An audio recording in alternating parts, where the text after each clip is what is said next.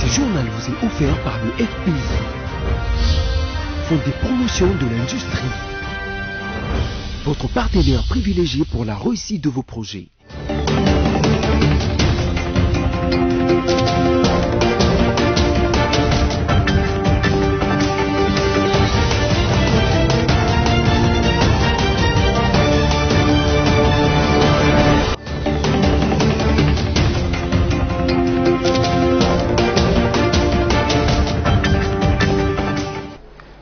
Il est l'heure de vous informer, mesdames, messieurs, bienvenue, voici les titres de ce journal. Ce lundi 11 mai 2020, Vital Kamerhe, directeur de cabinet du chef de l'État, a répondu devant la justice au sujet de son implication dans la gestion de fonds alloués au programme d'urgence du chef de l'État Félix Antoine Tshisekedi Tshilombo. Le procès a été diffusé en direct sur la télévision nationale.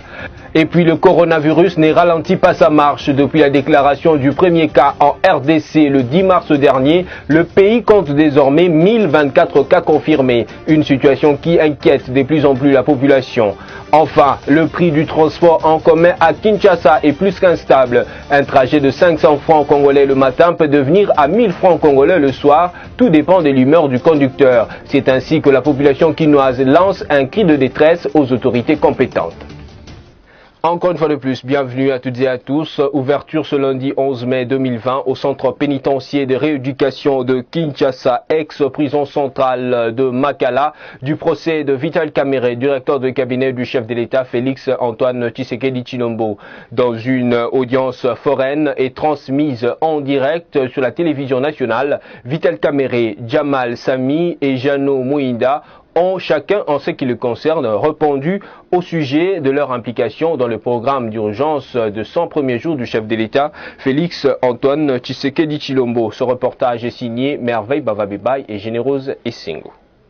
Renvoyé au 25 mai prochain sur ordre du tribunal, l'instruction du dossier inculpant le directeur de cabinet du chef de l'État devra attendre 2 semaines pour pouvoir continuer. Ouvert ce lundi 11 mai 2020, ce procès consistait tout d'abord à identifier différents prévenus, notamment Vital Kamerhe, directeur de cabinet du chef de l'État, Sami Jamal, opérateur économique, et Jano Mohimandole, agent import-export à la présidence de la République, avant de s'engager dans l'instruction liminaire. Subodorant aux questions pièges de la Cour, Vital Kamerhe s'est identifié comme étant directeur des cabinets, précisant qu'il y avait une supervision de 9 personnes, auteurs des passations de marché et du programme de 100 jours. Notons que le dossier concerne 2 marchés publics entre le gouvernement congolais et 2 sociétés de l'entrepreneur libanais Sami Jamal pour la construction de 1500 logements sociaux et 3000 autres destinés aux policiers et militaires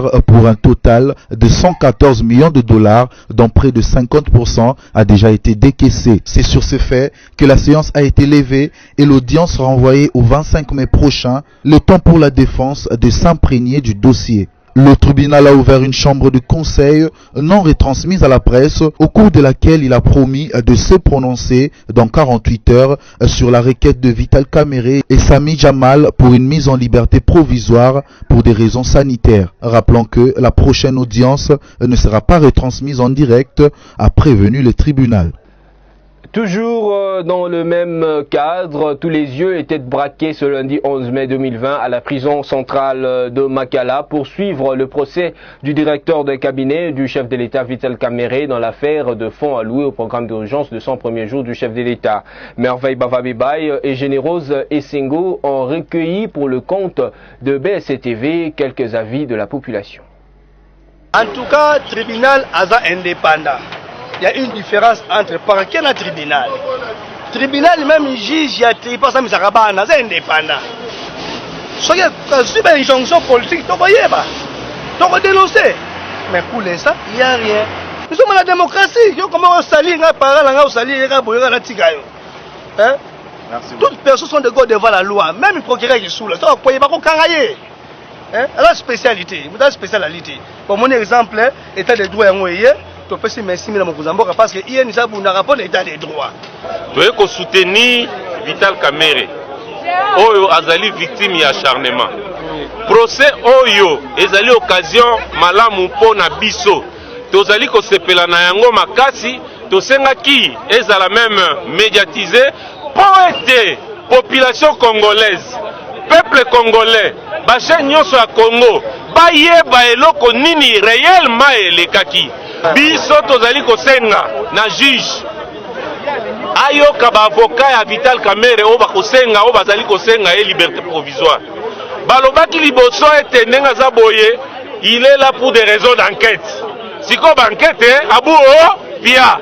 Enquête au niveau du parquet abu o pia. Enquête eza lisusu te. Makambo ekomi na maboko ya Zuzi. Zuzi ndako kata.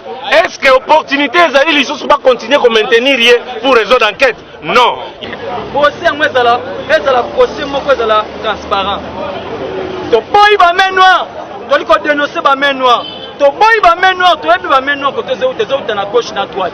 C'est un principe qui est violé. On n'a pas respecté la constitution parce que la constitution sengi mutunyo ça a un problème, il faut pas assister. Mais dans le lobby, on a posé à 3 avocats. Non. Il y a pas de le procès de Vital est loin du droit. Ce n'est pas un procès, ce n'est pas un procès judiciaire, c'est un procès politique. Le vrai problème, on veut éliminer le candidat potentiel de 2023. Parlons toujours de ce procès, alors que Vital Kamerhe et ses co-accusés répondaient aux questions de juges à l'enceinte de la prison de Makala. De l'autre côté de la clôture, le policier et le journaliste jouaient au jeu du chat et de la souris. Des courses-poursuites qui ont causé la fracture d'un journaliste reporter de Justicia TV. Images et commentaires. Une police fortement déployée aux alentours de la prison centrale de Makala à l'occasion de l'ouverture du procès Vital Kamerhe sur la gestion du programme de 100 jours du chef de l'État. Face à une foule immense venue assister au président national de l'Union pour la nation congolaise, la police nationale congolaise n'a pas pu se maîtriser pour faire régner de l'ordre, ce qui a conduit à la blessure du journaliste Soué Mbongo de la chaîne de télévision Justicia TV qui s'est fracturé la jambe gauche et s'est retrouvé à l'hôpital. Njoka DA ya prison, directeur adjoint ya prison, déjà identifié biso batoza na autorisation ya okota na kati ya filmer ba audience parce que nga na sala kana chaîne wa bengi justice ya télévision. Justice ya télévision toza na autorisation permanent ya ko filmer ba audience nyonso to. Allez. To bimi di banda wana nde major wana apesi ordre na ye. Bo benga na bat nyonso bazalia.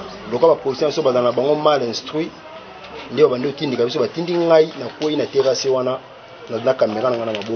Les autorités de la police nationale congolaise aux villes de Kinshasa sont ici interpellées pour que pareille bavure ne se reproduise plus. Un policier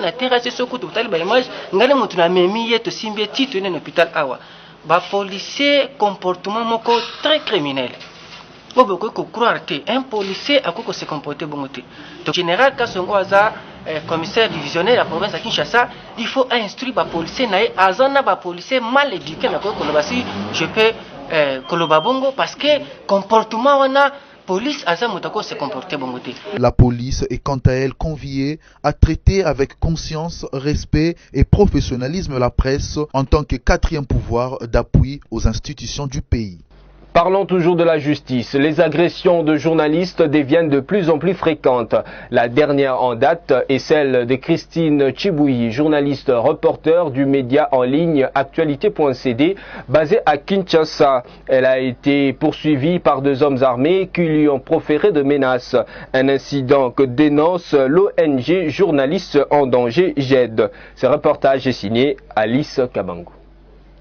Christine Tshibouyi, journaliste et reporter du média en ligne Actualité.cd basée à Kinshasa, a été prise en filature samedi 9 mai 2020 vers 23h par 4 hommes armés et en tenue militaire alors qu'elle revenait d'une visite familiale. Après une course-poursuite de plusieurs minutes, la journaliste a perdu le contrôle de sa voiture au point de heurter un mur sur l'avenue Monjiba, non loin du rond-point connu sous le nom de Kintambo Magasin. Christine Tshibouyi s'est sortie blessée au visage et au bras. D'après les témoignages de la journaliste, ses poursuivants, après l'avoir attrapée, lui ont proféré des menaces et l'ont accusé de manquer du respect à leur chef, sans dire plus. Christine Tshibouyi a été brièvement entendue par un officier de la police sur place avant d'être acheminée dans un centre de santé pour de soins.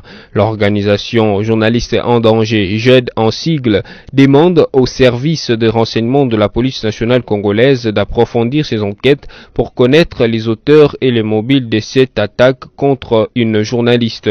Pour GED, c'est loin d'être un simple incident.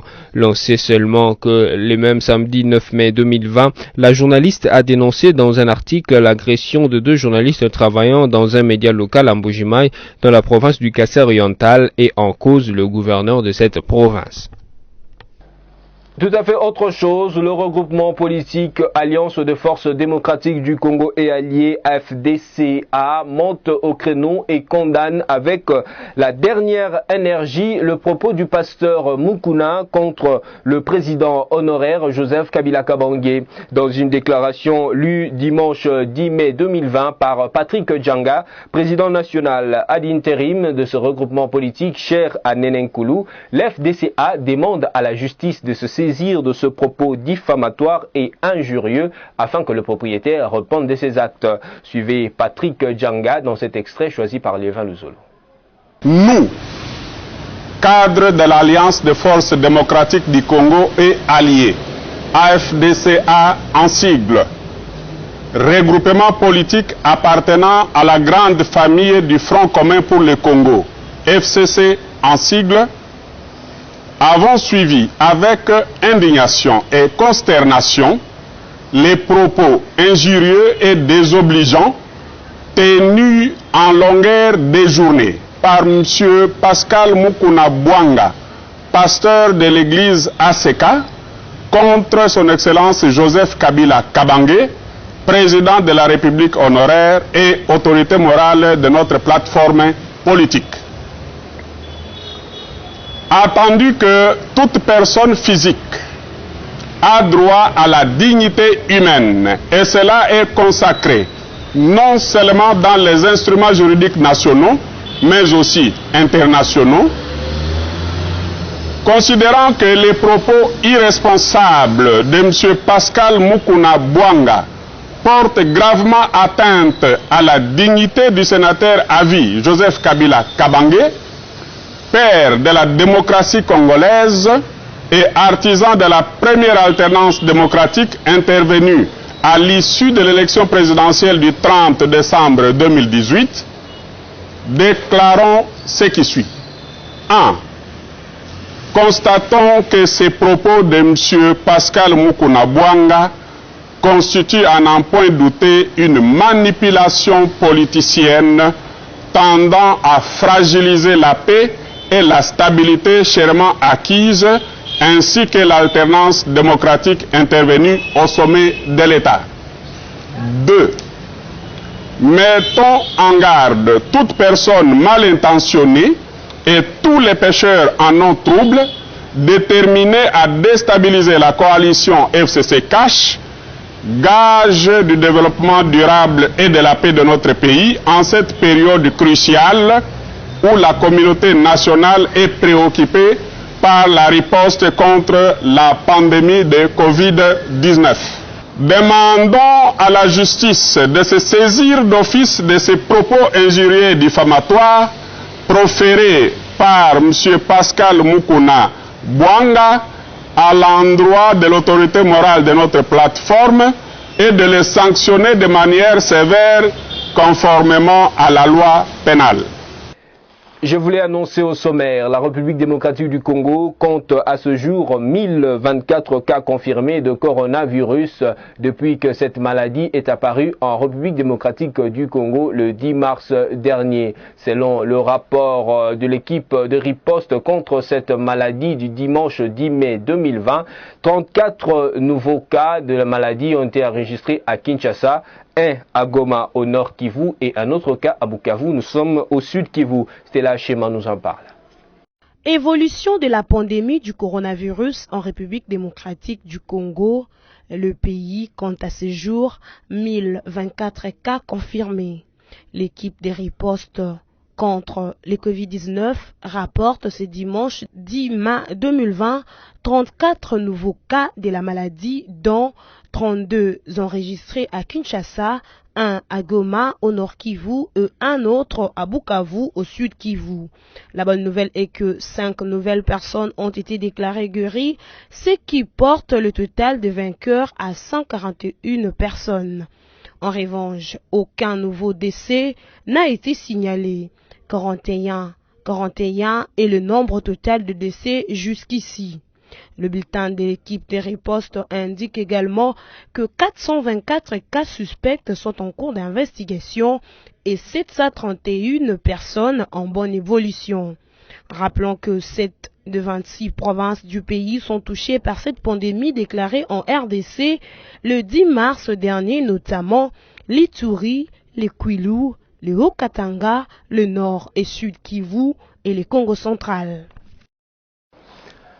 Quittons Kinshasa pour la province du Congo central, où le port de masque est désormais obligatoire depuis ce lundi 11 mai 2020. Objectif, limiter la propagation de la pandémie du Covid-19 qui sévit dans les pays. Toute personne qui ne respectera pas cette mesure de l'autorité provinciale sera soumise à des sanctions. Christelle Genda. Le commissariat provincial de la police du Congo central a organisé ce samedi 9 mai 2020 une caravane motorisée pour sensibiliser la population de la ville de Matadi sur la nécessité du port obligatoire de masques. Au cours de cette sensibilisation, la police nationale congolaise a fustigé le comportement des tenanciers des bars qui continuent à travailler malgré la mesure prise par le chef de l'État Félix Antoine Tshisekedi interdisant l'ouverture des dépôts de boissons en cette période de crise sanitaire pour respecter la distanciation sociale. C'est pourquoi quelques tenanciers ont été interpellés et que leurs tables, chaises, verres et casiers de boissons ont été saisis par les forces de l'ordre. Le porte-parole du commissariat provincial de la police nationale congolaise au Congo central, le colonel Robert Ngadi, a rassuré que c'est lundi que la police devra se mettre à l'œuvre pour faire respecter la loi. Et puis, préoccupé par la situation du coronavirus en République démocratique du Congo, un jeune Congolais de 22 ans du nom de Dominique Moma Kamuma, détenteur d'un diplôme d'État, a fabriqué un lave-mains automatique permettant de se laver les mains sans toucher à quoi que ce soit, question de limiter la propagation du virus. Stella Hachema nous donne plus de détails. Le génie congolais ne cesse de surprendre du jour au jour. Un garçon de 22 ans, détenteur d'un diplôme d'État, a fabriqué un lave-mains intelligent automatique permettant ainsi au lavage de mains sain pour éviter la propagation du coronavirus, une pandémie mondiale qui a fait plusieurs morts à travers le monde. Lui, c'est Dominique Moma Kamuma, le jeune Congolais auteur de cette œuvre qui a 3 étapes, notamment le savon, l'eau et le sèche-mains. Pas question de toucher quoi que ce soit pour se laver les mains pendant cette période. Avec ce peu de moyens, Dominique contribue pour lutter contre le coronavirus. Une très belle initiative qui mérite d'être encouragée par les autorités du pays, surtout le ministère des Recherches scientifiques et technologiques. La République démocratique du Congo a en son sein des talents qui doivent nécessairement être exploités pour le bien-être de la société. Dans le cadre du rapatriement de ses fils et filles bloqués en dehors du pays suite aux fermetures de frontières, le gouvernement de la République a recueilli le week-end dernier un groupe de Congolais bloqués au Congo-Brazzaville. Ils ont été accueillis au Beach Ngobila par la ministre d'État aux Affaires étrangères, Marine Tumbanzeza Lievanduzolo. Suite à la crainte d'être contaminés par le Covid-19, les Congolais en déplacement à l'étranger et dans les pays où la maladie a été déclarée ont plaidé pour leur rapatriement par le gouvernement, chose que l'exécutif national a acceptée pour sauver ses compatriotes. C'est dans ce cadre que le gouvernement a, depuis un certain temps, entamé le rapatriement des Congolais bloqués à l'étranger. Après Dubaï, aux Émirats arabes unis et certains autres pays africains, le ministère des Affaires étrangères a accueilli un groupe de Congolais bloqués à Brazzaville ce samedi 9 mai. Ils ont regagné Kinshasa via le Beach Ngobila. Des Congolais bloqués à Brazzaville à cause du Covid-19 ont regagné Kinshasa ce samedi. Ils ont été accueillis au Beach Ngobila par la ministre d'État, ministre des Affaires étrangères, Marine Tumbanzeza, peut-on lire sur les comptes Twitter du ministère des Affaires étrangères. Ici est de signaler que ces Congolais devront être en quarantaine pendant 16 jours, question de les diagnostiquer s'ils sont porteurs du virus ou pas. Ils pourraient ensuite regagner leurs familles respectives. Et puis la police nationale congolaise dans la ville de Beni a procédé à l'arrestation d'au moins 20 présumés auteurs d'insécurité dans certains quartiers de cette ville du Nord Kivu. L'annonce a été faite par le responsable de la cellule de la communication de la police ville de Beni, Nanson Mourara. Stella Hachema. Au moins 20 présumés auteurs d'insécurité dans la ville de Beni ont été arrêtés par la police nationale congolaise ce week-end. L'annonce a été faite par les responsables de la cellule de communication de la police dans cette ville, Nelson Mourara.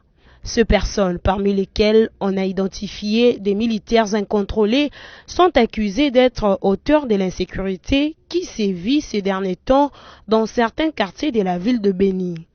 Selon Nelson Mourara, cette opération lancée depuis le jeudi dernier est le fruit des alertes mais aussi de la bonne collaboration entre la police et la population.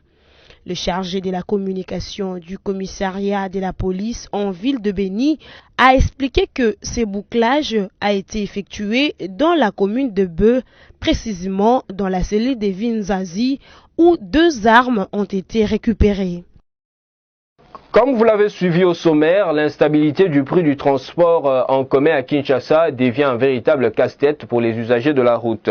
Un trajet de 500 francs congolais le matin peut devenir à 1000 francs ou à 1500 francs congolais le soir, tout dépend de l'humeur du conducteur. Une situation qui ne fait pas l'affaire de Kinois. Au micro de la rédaction de BSC-TV ce lundi 11 mai 2020, ils en appellent à l'implication des autorités compétentes. Alice Kabangou et Abel Kassengo ont été sur le terrain.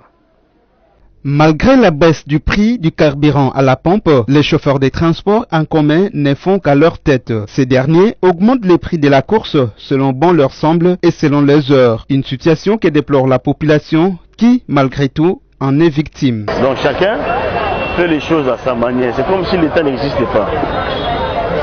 Donc au Royal, lundi, mardi, mercredi, dimanche, on a un prix varié. On ne sait pas même comme aujourd'hui, Tokouti, transport, hier c'était à 1000 francs, mais aujourd'hui c'est à 1500. Pendant qu'il baisse, il y a carburant Zali, donc on ne sait pas pourquoi il marche. Donc des fois ça dérange un peu. Donc on peut aussi dans l'État, un peu structuré dans certains transports parce que ça merde, ça dérange vraiment parce que les chauffeurs, leur organisation à Siko. Bon, je ne sais pas l'organisation, ça aboutit à quoi? Parce que les prix, ils ont varié, mais tu t'es là, ils ne disent rien absolument. Et après tout ça, l'État même. Et même les chauffeurs, le niveau organisation à Bango, il n'y a pas d'organisation, on ne le sent pas. Réaction du berger à la bergère, les conducteurs justifient cette hausse de prix par rapport aux embouteillages et des mauvais états des routes. Bakangi boulevard, on a mamba confirmant, bakangi boulevard, nzela le boulevard ezati. Donc mo keka denzele, comme kaka nzela ya GB, na nzela ya Bandal Chibango. Embouteillage fort. Sur le carburant qui to boité, mais to m'appelle sur 3 personnes na 4, ça to même 4. Sur le bisango ko longa banda a magasin ti uleri. 1000 fois to boité mais no bata 1000 fois mais ko ma uleri ngo fozala. Ko beta sur 1 heure de temps na ba 30. Mais comme uleri na 3000 francs. Mais par rapport que nous sera loué au car 1 heure de temps peut se $10 pour souga na ba 13000 14000. So comprenez ya. Mona ke et aussi ma venate balongola episode da mutu moko ataka be kitime et kitipe ya mingi te. Balongoli ka so 400 fois so 400 likolo. Maintenant ba 3 personnes on moni bena et si mara te calcul na biso. Bon transport matama mke pona nzela nde ko mara. Na pourquoi na nzela variable ko mara passe. So me bata 500 fois tant si paye mo mona ba ki travailler na perte. On nzela ko me embouteillage makasi. Na ba kilia ba mo ba prina biso te me ko ba tacha ba kitsa karabe ataka kitina ngo. Mais place ekite luana ils sont normal. Fait kita so muke ko karabe pena po exactement ekita mamutu ekita normal. Pendant cette période de Covid-19, tout le monde doit accepter de se sacrifier en perdant quelque part, les chauffeurs soient-ils. Les autorités urbaines doivent se pencher sur cette question pour soulager tant soit peu la population qui, dans leur grande majorité, a déjà perdu son emploi. En dépit de cette période où le pays est secoué par le coronavirus, le gouverneur de la province du Sud Kivu, Théo Ngwabidje Kassi, a effectué samedi 9 mai 2020 une visite de travaux de réhabilitation de la voirie urbaine dans quelques chantiers du chef-lieu Bukavu. Suivez ce reportage de nos confrères depuis Bukavu. Le gouverneur de la province du Sud Kivu, Théo Ngwabidje Kassi, est allé se rendre compte de l'évolution de travaux de réhabilitation de la voirie urbaine le samedi 9 mai 2020 dans différents chantiers de la ville de Bukavu. Sur l'avenue Mumba, il a constaté l'alignement de bordures, enrochement et pose du béton armé sur les entrées de parcelles et le réglage de couches de fondation et de base. Signalons que les travaux sont exécutés par la société Sokok et sur la route nationale numéro 2, le travaux évolue à la satisfaction de la population environnante. L'office de route stabilise l'érosion par la construction des murs de soutènement en béton armé. Ce sont ces murs qui vont permettre de récupérer la route. Le chef de l'exécutif provincial a encouragé tous les constructeurs routiers pour le travail abattu. Mesdames, Messieurs, place à présent au rappel des principaux titres de ce journal. Ce lundi 11 mai 2020, Vital Kamerhe, directeur de cabinet du chef de l'État, a répondu devant la justice au sujet de son implication dans la gestion de fonds alloués au programme d'urgence du chef de l'État Félix Antoine Tshisekedi Tshilombo. Le procès a été diffusé en direct sur la télévision nationale. Et puis le coronavirus ne ralentit pas sa marche. Depuis la déclaration du premier cas en RDC le 10 mars dernier, le pays compte désormais 1024 cas confirmés. Une situation qui inquiète de plus en plus la population. Enfin, le prix du transport en commun à Kinshasa est plus qu'instable. Un trajet de 500 francs congolais le matin peut devenir à 1000 francs congolais le soir. Tout dépend de l'humeur du conducteur. C'est ainsi que la population quinoise lance un cri de détresse aux autorités compétentes. Tout est bien qui finit bien. Merci à vous de nous avoir suivis. Si vous avez aimé ce journal, il faut dire merci à Abel Kassongo qui est derrière la caméra et qui fête son anniversaire ce 11 mai. Merci à toute l'équipe rédactionnelle de BSC-TV. Je vous retrouve à la fois prochaine et toujours avec le même plaisir.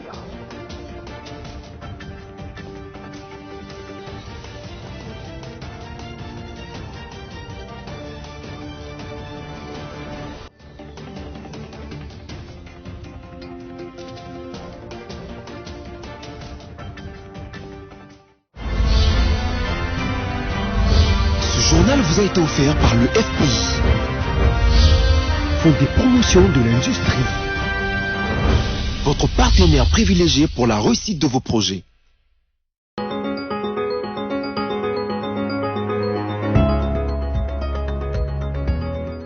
Bon début de la semaine à tous, mesdames et messieurs. Bienvenue à la lecture de médias en ligne sélectionnés et résumés pour vous sur BSC Télévision. Ouvrons cette revue de presse avec le site d'information congovirtuel.org qui titre à sa une « Procès 100 jours, Kamerhe dénonce de pièges ». Démarré sur les chapeaux de roue, le procès Vital Kamerhe sans la méfiance mutuelle. Le procès sur le programme des 100 jours du chef de l'État, désormais appelé procès Kamerhe, s'est ouvert ce lundi 11 mai 2020 devant les tribunaux de grandes instances de Kinshasa-Gombe réunis en chambre foraine à la prison centrale de Makala. Face au ministère public ont comparu le prévenu Vital Kamerhe, Sami Jamal et Moui Mandele, respectivement directeurs des cabinets du chef de l'État, commerçants et agents en import et export à la présidence de la République. Outre l'audition de la feuille d'accusation, l'audience de ce lundi a été consacrée à l'identification des accusés avant de s'engager dans l'instruction liminaire. Le président déchéant a voulu savoir notamment si le prévenu avait été au contact du programme de 100 jours d'urgence du chef de l'État, en quelle qualité ils l'ont été et s'ils se connaissaient, particulièrement pour les cas de Kamerhe et Jamal. Répondant à contre-cœur alors que leurs défenses respectives avaient préalablement sollicité un renvoi afin d'avoir l'occasion de prendre possession et connaissance de pièces du dossier, le prévenu Jamal et Kamerhe ont subodoré un piège dans la démarche de la Cour à travers les questions posées.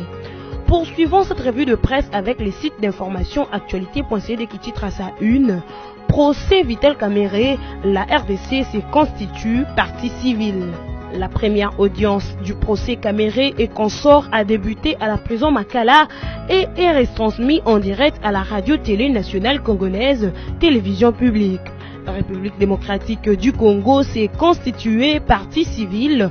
Elle intervient pour solliciter les dommages et intérêts à titre de réparation du préjudice causé par la commission des infractions. Vital Caméré et ses co-prévenus sont poursuivis pour corruption et détournement de fonds destinés au programme de 100 jours du chef de l'État. Les dossiers concernent 2 marchés publics entre le gouvernement congolais et les 2 sociétés de l'entrepreneur libanais Sami Jamal, représentant en République démocratique du Congo de la société de construction turque Carbone. Bouclons cette revue de presse avec le site d'information Forum des As qui titre à sa une: jugeant le programme d'urgence des 100 jours de Fachi, Deli Sesanga, une déconfiture. Le président de l'envol, Deli Sesanga, dresse un bilan négatif de l'an 1 d'exercice du pouvoir de Félix Tshisekedi. Invité du magazine Top Presse sur Top Congo, l'élu de Luiza n'a pas été tendre à l'égard du candidat qu'il avait soutenu à la présidence du 30 décembre 2018. Sesanga estime que les 100 jours pour préfiguration de ce que le fils de l'opposant historique devait faire durant son quinquennat ont été une déconfiture.